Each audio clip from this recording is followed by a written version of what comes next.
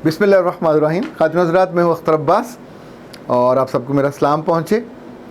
क्या दुनिया में कोई ऐसी इन्वेस्टमेंट हो सकती है कि जो आपको हीरो बना दे, आपके दिल को खुशी से भर दे, आपके बैंक अकाउंट को भी हरा भरा कर दे? आम तौर पे हम इन्वेस्टमेंट बैंक में करते हैं, किसी बिज़नेस में करते हैं। मुझे याद है कई साल पहले मैंने 40,000 वाले जो बॉन्ड आए थे वो ख़रीदे, ख्याल था कि चलें कभी ना कभी कोई निकल आएगा। अब इस पर मुझे फतवा मत जड़ने बैठ जाइएगा कि क्यों ख़रीदे, बॉन्ड हलाल हैं, बॉन्ड हराम है। आपके मुल्क में है, कानूनन है, और आपकी हुकूमत ने ही उसको ऑन किया था। ओके, मैं लेके रख के भूल गया।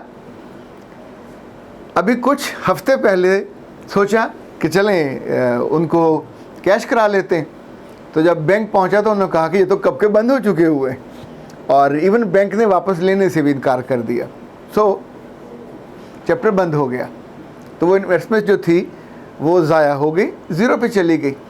बहुत सारे लोग अपनी ज़िंदगी भर की पेंशन और कमाई, लोग अपने घर बेच के, लोग अपनी ज़मीनें बेच के इन्वेस्ट करते हैं ताकि उन्हें वहाँ से कुछ ना कुछ मिल जाए, बिज़नेस की शक्ल में, ताल्लुकात की शक्ल में। इन्वेस्टमेंट जब भी करते हैं तो ज़ाहिर है वहाँ से आपको प्रॉफिट चाहिए होता है, मुनाफा चाहिए होता है।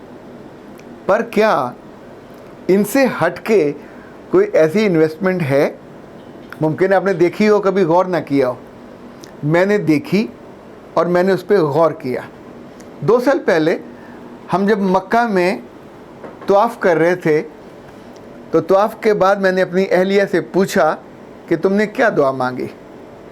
तो उसने कहा कि मैंने कहा कि ए अल्लाह, आपको मेरी जो खूबी ज़्यादा पसंद है उसको इतना बढ़ा दे कि वो मेरी इन्वेस्टमेंट बन जाए और मेरी ज़िंदगी और मेरी आखिरत में जितना फल फूल है उसी की वजह से लगे।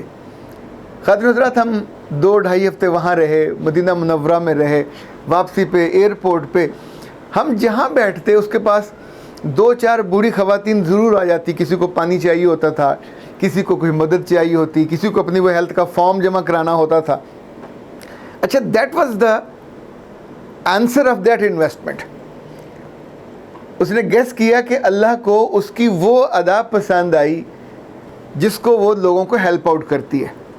सो वापसी पे अब उसकी ज़िंदगी में जो बहुत चीज़ नुमाया है, लाइक मेरे एक दोस्त की बेटी ने उन्हें बताया कि उसने अपना हौसला मुकम्मल कर लिया है और वो डॉक्टर ऑफ फिजियोथेरेपी बन गई है। तो इसने अपने पास से क्लाइंट्स उसको भेजने शुरू कर दिए। एक दोस्त की बीवी ने बताया कि उसने ऑनलाइन खाने की डिलीवरी शुरू की है, तो उसने उसको भी क्लाइंट भेजने शुरू कर दिए।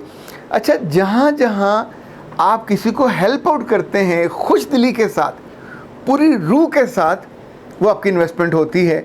और जिस चीज़ को फ़ायदा पहुँचता है, वो लंदन बैठा हो, वो अमेरिका बैठा हो, पाकिस्तान में हो, आपके घर में हो या दाएँ बाएँ, इनफैक्ट उसकी ज़िंदगी में तो आप हीरो बन जाते हो, चूँकि आपने बिना किसी गर्ज़ के, बिना किसी मकसद के, दुनियावी मकसद के, सिर्फ अपने रब को राज़ी करने के लिए उसकी मदद की होती है। ये इन्वेस्टमेंट आपकी ज़िंदगी को जगमगा देती है। इसको बिल्कुल बरक्स मुझे याद है, हमारे जानने वालों में से एक खातून, उसको ज़मीन का बहुत लालच था। उसकी सास ने उसको घर दिया, उसके मियाँ ने उसको घर दिया, पर उसने सिर्फ ज़मीन के बारे में, घर के बारे में, कमरों के बारे में सोचा और हर रिश्ते को उम्र भर काटा। नतीजा ये हुआ कि कोई मोहब्बत का बीज नहीं बोया, कोई ताल्लुक़ को करीब लाने का बीज नहीं बोया। तो उसके अपनी जो बादशाहत थी उसके मियाँ की, वो देखते ही देखते हमने उसको टूटते देखा, बिखरते देखा। उसके अपने बच्चे भी इतने नाकारा साबित हुए कि ना उनको को चाहने वाला, ना उनको को मोहब्बत की निगाह से देखने वाला। नतीजतन जो आपने इन्वेस्ट किया, जो आपकी इन्वेस्टमेंट थी, वही आपके सामने नज़र आई। सो अगर जैसे खुशियों का एक बॉक्स होता है, उस बॉक्स में आप दुख भर दो तो बाहर चाहे खुशियाँ लिखी हों, अंदर तो दुख ही होंगे। तो जो आपके रब ने आपके लिए खुशियों का बॉक्स, कामयाबी का बॉक्स, हीरो बनने का बॉक्स बनाया है, उसके अंदर वो डालिए ना जो आपको हीरो बनाए। लाइक करके देखिए, कभी दूसरों की मोहब्बत खुशी से करके देखिए। ये जो लोग परिंदों को दाना डालते हैं, कभी आपने इनके चेहरे देखे कैसे इत्मीनान उन पे होता है, कैसे उनकी रूह राज़ी होती है। परिंदे तो शुक्रिया भी अदा नहीं कर सकते। कितने लोग हैं जो ज़ख्मी जानवरों के लिए, जो ज़ख्मी परिंदों के लिए जगह जगह ना सिर्फ पानी का इंतज़ाम करते हैं, दानों का इंतज़ाम करते हैं, मिस्र में मुझे उन लोगों को देखने का इत्तेफाक हुआ जिन्होंने शायद पूरे मिस्र के ज़ख्मी गधों को जमा किया हुआ था और उनका वो इलाज करता था। उसकी ज़िंदगी का मकसद ये था। सो ये यूनिक, पूरी दुनिया में उस जैसा कोई और नहीं है। कहीं लोग बिल्लियों का इलाज कर रहे होते हैं। यूनिवर्सिटी में था तो मैंने कितनी ऐसी लड़कियां और लड़के देखे जो बहुत खूबसूरत थे, अच्छे घरों से थे, पर उनकी ज़िंदगी में जो वॉलंटियर बन के लोगों के काम आने का, किसी को ब्लड चाहिए, ब्लड बैंक इज़ देयर, आपके पास लोगों के नंबर हैं, किसी को किसी जगह कोई मदद की ज़रूरत पड़ी, यू आर अवेलेबल, बग़ैर किसी दुनियावी गर्ज के। ये मुन्नू भाई अभी कुछ अर्सा पहले फौज हुए और सुंदर्स फाउंडेशन के वो थे करता धरता। अब अंदाज़ा कीजिए कितने लोग फौत हो जाते हैं, लोग उनको भूल जाते हैं। वो जिस तरह की भी ज़िंदगी बसर करके गए, उनके फौत होने के बाद भी उनका काम ज़िंदा है, काम जारी है और उनका नाम आता रहेगा, फ्लेक्सेस पे भी आता रहेगा। कितने ही बच्चों के वो हीरो रहेंगे, वो ईदी फाउंडेशन हो, वो अल खिदमत के अब्दुल शकूर साहब हों, डॉक्टर हफीज़ साहब हों, नेमतुल्लाह खान साहब अभी फौत हुए, ये जो अखुवत के सरबराह हैं डॉक्टर अमजद साकिब और उनकी टीम। याद रखिएगा कि जब भी आप दर्द को कम करोगे तो मोहब्बत इन्वेस्ट करोगे। जब भी आप किसी का दुख सुनोगे, किसी की तकलीफ़ सुनोगे और उसको कंसोल करोगे। देखिए मेरे पास बहुत सारे पेशेंट आते हैं, जब उनकी मैं दुख भरी दास्तानें सुनता हूँ, लड़कों की, लड़कियों की, उनकी माँओं की, उनके बापों की, असूली तौर पे तो फ़ीस देने के बाद जब वो चले जाते हैं, दरवाजे से बाहर निकले तो तू कौन और मैं कौन। पर नॉर्मली मैं मेक श्योर करता हूँ, उनसे कहता हूँ कि मुझे अपने 1 हफ़्ते बाद, 2 हफ़्ते बाद जो आपकी ज़िंदगी में बेहतरी आए, रिश्ते में बेहतरी आए, आपकी तलखी में कमी हो, आपकी खुशी और सुख में थोड़ा इजाफ़ा हो।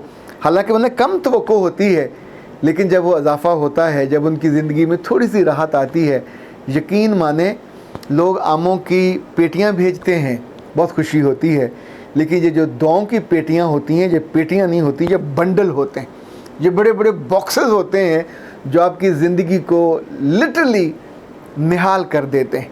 ज़रा करके देखिएगा। आप जो काम भी कर रहे हो, if you are a teacher, आप किसी स्कूल में पढ़ा रहे हो, किसी कॉलेज में पढ़ा रहे हो, यूनिवर्सिटी में पढ़ा रहे हो, अगर आपकी नीयत लोगों को ख्वार करने की है तो आपसे बेहतर कोई ख्वार नहीं कर सकता और आपसे बेहतर को बद्दुआएं लेने नहीं का कोई डिज़र्व नहीं कर सकता। But if you have a different mind set, तो आप बहुत सी बेटियों को, बहुत से बेटों को बिल्कुल बड़े भाई की तरह, उस्ताद की तरह, न सिर्फ ये कि उनको उनके असाइनमेंट्स में, उनके कामों में गाइड करोगे, कभी उनसे कोई नाजायज़ और नारवा तवक्को नहीं रखोगे, उनके राह में रोड़े नहीं खड़े करेंगे। यूनिवर्सिटियों के जो बेशतर असातिज़ा हैं, बिलीव मी, लोग उनको मुंह भर भर कर गालियाँ देते हैं, चूँकि उनको ठीक से गाइड नहीं करते।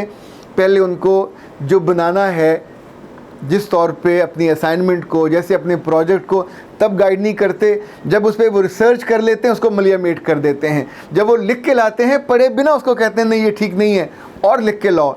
जब वो 6 माह उनके खप जाते हैं, साल ज़ाया हो जाता है, तो फिर कहते हैं वो जो पहले किया था वो ठीक था, पर तब तक बच्चे वो सब ज़ाया कर चुके होते हैं। या जिसने लाइब्रेरी में 4-4 माह, 6-6 माह लगाए होते हैं, अब वो दोबारा एक एक रेफरेंस को ढूंढने के लिए उतना ही वक्त और चाहिए होता है। वो बेचारे रेफरेंस ढूंढते हैं, लेकिन आपकी शान में वो मुंह भर भर कर गुस्ताखियाँ करते हैं। इसी तौर पे जितने नेक लोग हैं जो अफसर बन जाते हैं सरकारी महकमों में, जब इनके पास इख्तियार होता है, जब इनके पास कुर्सी होती है, बिलीव मी, ये दुनिया में इनसे बुरा इंसान कोई नहीं होता। ये किसी के झोली में खैर नहीं डालते। इनके पास एक डंडा होता है, अल्लाह जाने वो कौन सा मेरिट होता है इनके पास कि ऊपर से किसी ने डंडा दिखाया तो वो सारा काम जायज़ हो जाता है। पर नीचे वालों को, आम लोगों, इन्होंने कभी राहत नहीं देनी होती, सीधे मुँह बात भी नहीं करेंगे। इन्हें लगता होता है कि ये जो मेरा ग्रैंजर है, मेरा मनसब है, ये शायद अब्बा जी की वजह से, इनके ख़ानदान की वजह से और इनको को मिला हुआ है। बाबा ज़िम्मेदारी थी, आपको अपॉर्चुनिटी थी, इन्वेस्टमेंट थी।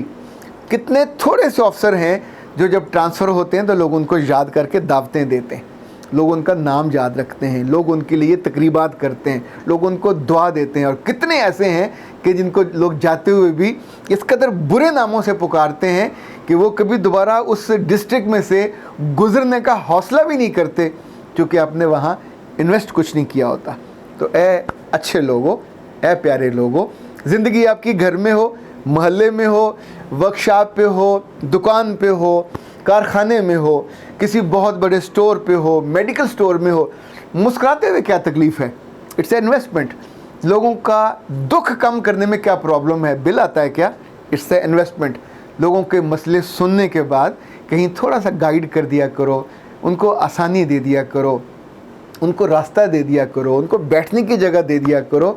जिस जगह वो परेशान हो उनकी आंखों की परेशानी चुन लिया करो, उनकी आंखों के आंसुओं को पूंछ लिया करो, उनके करियर की राह में रुकावटों को दूर कर दिया करो। सारी उम्र अगर आपने स्पीड ब्रेकर बन के जीना, इट्स योर चॉइस। हमने तो ऐसे बहुत से लोग देखे हैं कि जो ज़िंदगी में इन्वेस्ट नहीं करते और उनका इन्वेस्टमेंट बॉक्स खाली रहता है। ये ज़ीरो होते हैं, ये कभी हीरो नहीं होते। बहुत साल पहले जब वो मूवी आई थी टाइटैनिक, तो मैंने अपनी बीवी के साथ देखी और जब फ़िल्म ख़त्म हुई, देखें लोगों को ये फ़िल्म मुख्तलिफ वजह से पसंद थी। मैं उन वजूहात का जिक्र नहीं करना चाहता। तो मैंने उससे पूछा तुम्हें क्या अच्छा लगा? उसने कहा मुझे उस लड़के की, वो क्या नाम था उसका, रोनाल्डो, उसकी बेगर्जी अच्छी लगी। लोग मर रहे थे, खौफजदा थे, आग से डर रहे थे, भाग रहे थे, डूब रहे थे, चीखें मार रहे थे, पर वो एक लड़की को बचाने के लिए उसको उसने बचाया। और फिर ना तो वो चीखा, ना रोया, ना चिल्लाया और ना खौफजदा हुआ। जब वो मरा तो उसकी आंखों में कोई खौफ की लहरें नहीं थीं। उसकी बेगर्जी ने, उसकी हेल्प आउट करने ने उसको हीरो बना दिया। इतने सालों के बाद भी लोग, लिखने वाले, डायरेक्टर और हम देखने वाले उसको भूल नहीं पाए। जो भी बेगर्जी के साथ इन्वेस्टमेंट बॉक्स को भरेगा, यकीन माने हीरो बन जाएगा। आपके अंदर भी एक हीरो है, उसको मौका दीजिए खेलने का, उसको मौका दीजिए दूसरों के दुख कम करने का, उसको मौका दीजिए दूसरों की तकलीफ़ को कम करने का। तकलीफ़ बढ़ाने वालों के बॉक्सेस में तकलीफ़ आती है। अख्तर अब्बास को इजाज़त दीजिए। अस्सलाम वालेकुम।